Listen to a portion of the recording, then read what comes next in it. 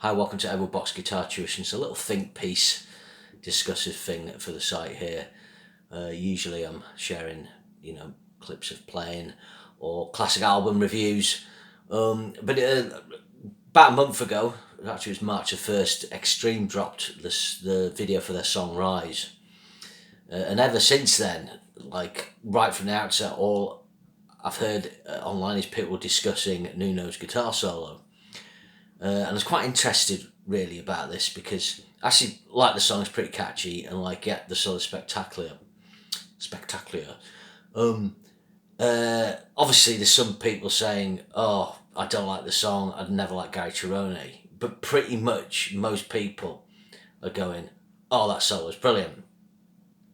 And it got me thinking about, Extreme success back in the day. Obviously they had catchy songs, but Nuno was a massive part, I think, of why people bought the albums. A lot of people probably buy Extreme, go to see Extreme to see him, and would put aside reservations they had about some of the songs, all the songs, or Gary Cherone's particular vocal performing style, or whatever.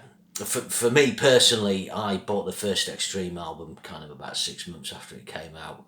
I read an interview with Nuno in Guitar World, one with Joe Satriani on the front, and then probably after got that, I probably had to wait another year until Pornography came out, and there was a really intense 6 month period where I was just listening to Pornography, and then More Than Words was a hit, and then I went to see them at a local venue called the Riverside, and I just didn't like the gig. I didn't like how the song sounded. I couldn't get away with Gary Cherone. I found the songs kind of funky, but not really that funky, and there's a lot of busy bits, and watching them live brought all this out to me. And then after that, I put on the Pornography album about 6 months later. I never went back to it. I heard the Free Sides album, I liked some of that, but I was kind of Extreme fan briefly, but then I just went away from it. But what's interesting about this is, I think the reason why people are going on and why it's caught fire, I mean, it's had 2 million views, it's really a kind of heavily rotated track, is Nuno's guitar solo, aside from being spectacular, is what I call a legacy solo. You have bands that have legacy sounds, or sometimes bands lose a key member and they'll get someone in who sounds like them, like for instance Journey got in a singer who sounds like Steve Perry so they could continue their legacy sound.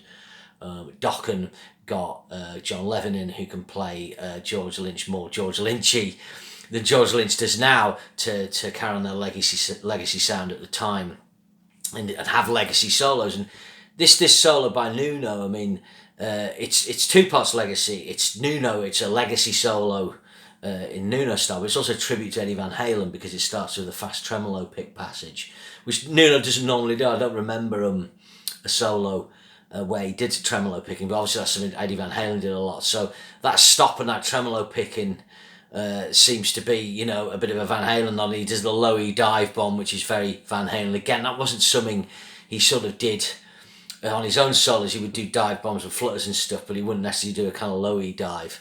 So there's that element of him, and then he kind of riffs on himself. So he does all the kind of bluesy stuff, and there's kind of little bits where the bass and drums are kind of in sync with the guitar, which is a little Extreme trademark. And then he goes into his kind of wide stretch fourths open string thing, which recalls Flight of the Wounded Bumblebee, possibly another solo as well.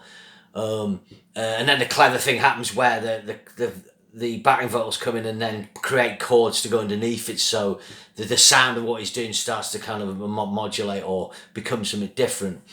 But he's basically kind of, he's kind of gone, yeah, I'm Nuno Bettencourt, and this is a typical, I'm going to be a typical Nuno Bettencourt, so it's going to tear your face off, because a lot of players don't do that. And even Nuno to a certain extent, after Pornography, if you listen to the Free Sides album, the emphasis is more on the concept and the songs. The solos on that album are as spectacular as the ones. So there's nothing to compare to Get the Funk Out, It's a Monster, or Play With Me, Get the Funk Out, He-Man, Woman Hater. These would be his solos, is kind of like, the solos that made his name, so to speak. So it kind of got me thinking as well about this idea of legacy soloing. I was watching Winger. They've got a new track out called Proud Desperado, which is a grower.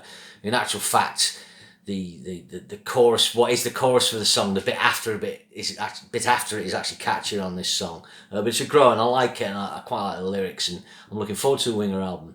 But I was talking to a mate and he said, oh, well, maybe Reb could have done more with the solo. And I was like, yeah, but at the same time, it sounds like a Red Beach solo. Red Beach, typically, it'll come in, probably do some high whammy, do some bluesy stuff, maybe some more whammies, and there'll be some of his trademark tapping. And he hasn't sort of fallen off the horse with that. He can still pull off all his solos live, and he can still create solos that remind you of what it was like the first time you heard him. It'd be easy for Red Beach to go, I'm bored of this and I'm going to go into fusion, or I'm doing a blues album. I fucking hate that, I'll be honest with you. I like players to play the way when I got into them. You know, I understand kind of sideways diversions and little things, but ultimately there's a certain ingredients of the playing that built that player's reputation, legacy, and that needs to be preserved by the player, and sometimes it's not. I'm not going to sort of point to players who don't or haven't preserved their legacy, but there's players, some players I love who don't play the recorded solos, for instance, they kind of veer off, or they stop shredding and going for it, and they kind of lose their chops, and then when they try to do that, it feels like, oh, you've lost a beat here. There was a case a while ago, like a player, you know, had been away for a long time, he hadn't played for a long time, and although he did his best to kind of, what's the word, to play like he did in his heyday, it's just he'd lost an edge, you know. So that is the thing. I mean, Steve Vai would be an example of a player who can play his legacy really well. I saw him play Passion and Warfare live a few years ago, note for note, and the Inviolate album, a lot of people saw it as a bit of return to form because he'd been a bit more experimental, and I like the crazy guitar he did and stuff. And I think, again, it was that thing where Steve Vai was reminding us why we got into him in the first place. There was the funny song Knapsack that he had to play with one hand, and that's just such a Vai thing, you know, because he's got these arm injuries, so he was just playing with his fretting hand and managed to write a piece. So there's things like that, you know. Some players get a penchant for using certain effects later on, like phases and stuff like that, and that can dilute their tone, and then, you know, or equipment wise, they get away from the sound. It's almost like, why don't you just plug into the amp you used 40 years ago, 30 years ago, and just keep it simple and find your sound, so to speak. That's just like some of my thoughts on it. Other times, I think players can sometimes fall back on the things they always did, but they tend to go at the same idea, and that can be a bit kind of, well, I've heard that before. So there's that balance in that, really. There's that balance of like trying to sound like the player you were, but also not trying to just repeat things. There's a good George Lynch solo, actually. I mean, George Lynch, a player who can veer off from and has done a lot from where he originally was, but it was a track off the second End Machine album. It was the first track. Forget what it was called, but that had a solo in it where it was clearly kind of, it was a, you know, fast song like Tooth and Nail, and he did a kind of riff on the Tooth and Nail type solo, and I thought it was very good, you know, because it was good, it was tight, it had some cool stuff on it, and it kind of had elements of Lynch now, but again reminded me like of why I got into Lynch in the first place. So yeah, like something to think about, you know, for the people watching this. What players still cut it? What players, when you listen to them, you know, hit that spark and make you remember, oh, that reminds me, you know, when I first got into that player, or they're still doing it, you know. Okay, bit of a bizarre piece, but thanks very much for checking it out. Remember to share and subscribe, and I'll see you again soon. Thanks.